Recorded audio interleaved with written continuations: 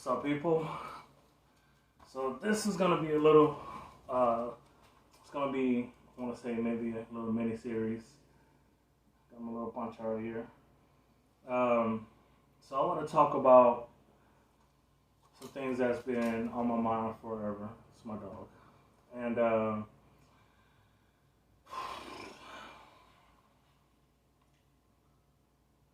so basically these videos are it's for America, but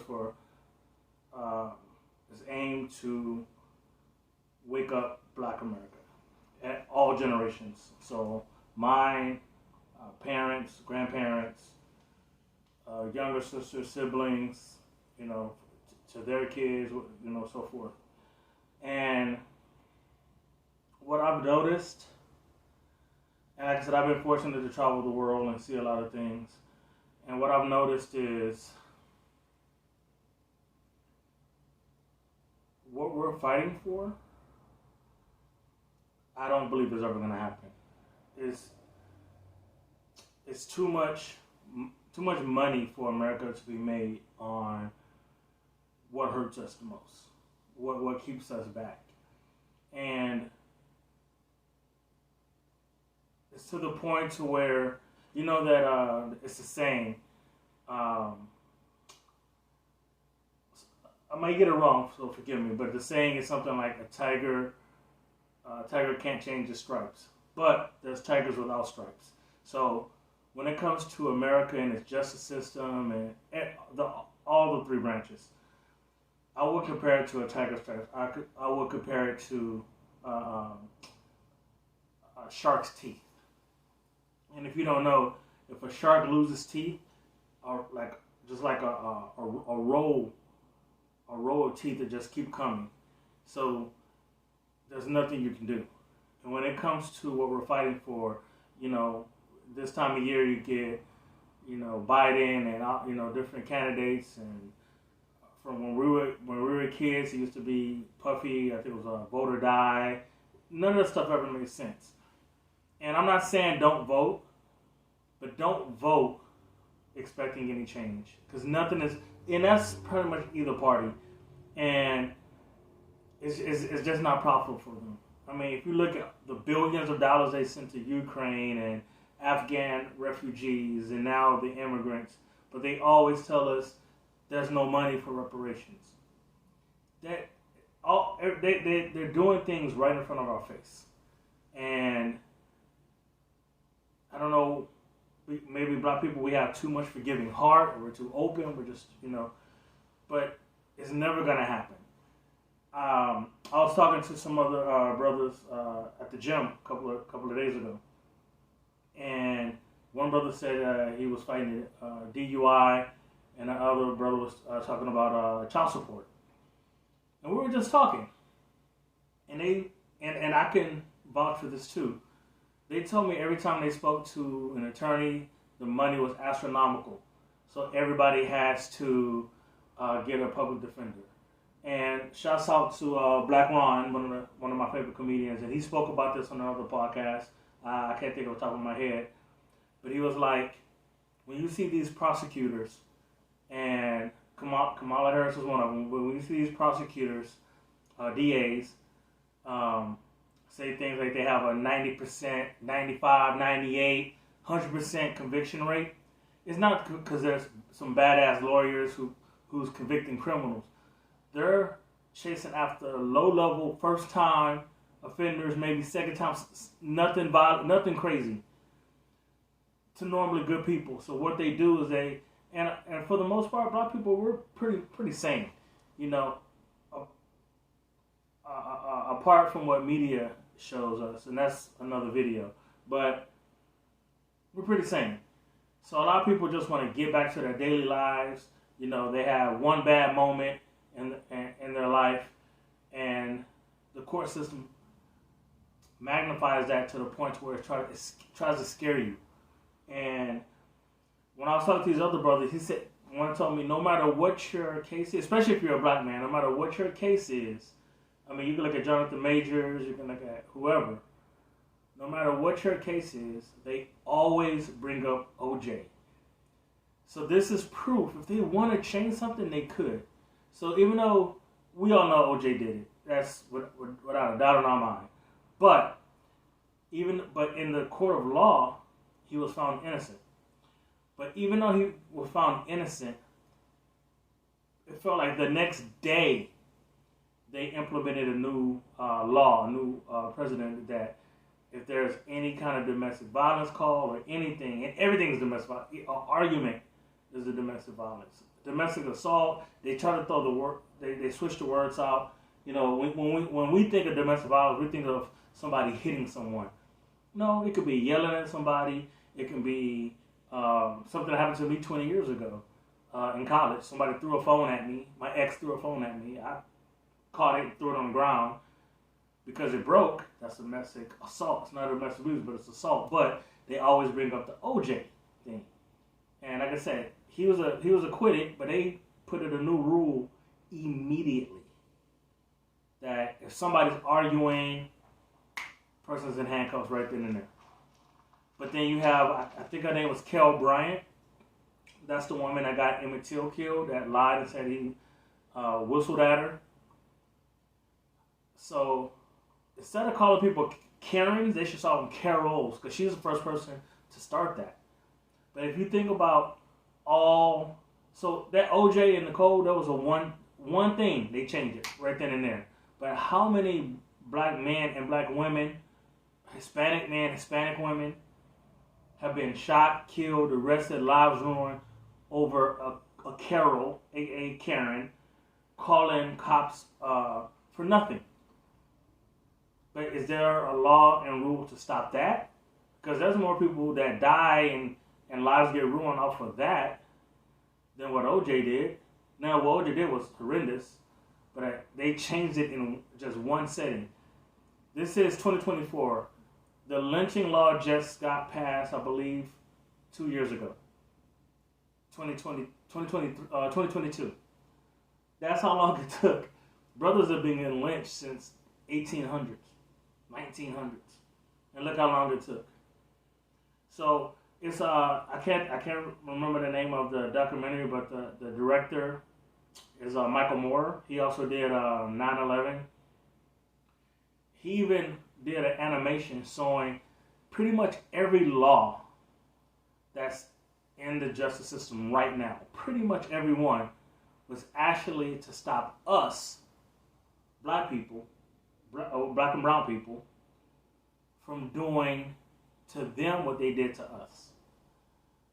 If you think about all these charges, if you think about to the letter of the law, if I run a stop sign, they're going to say that I was maliciously running it. They're going to add things to it to make the charges bigger compared to a white guy run, oh, you're just probably just slow it down next time. And I give you an example. I can't think of the brother's name. I'm going to tag him in the video later. And I'm going to put some videos up there also.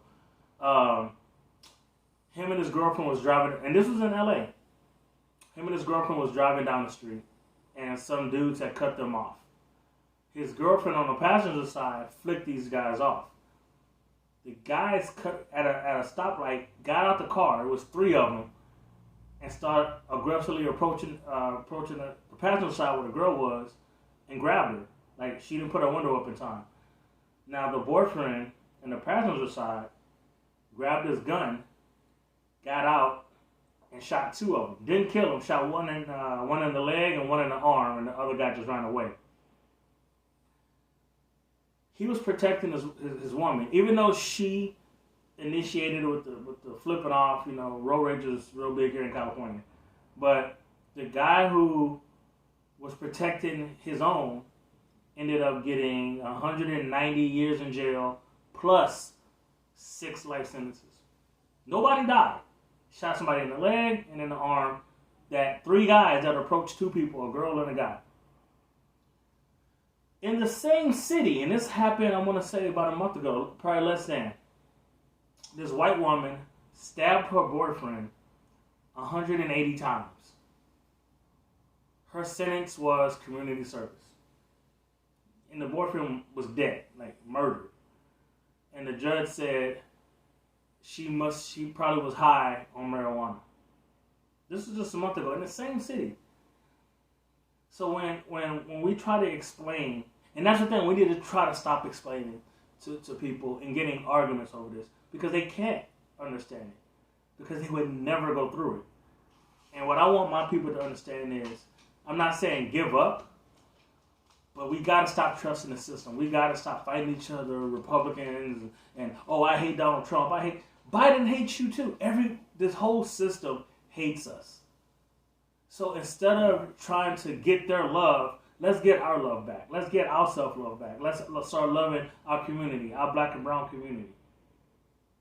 You know, everybody with melanin, basically. You know, Asian brothers. The system is not for us. It would never be for us.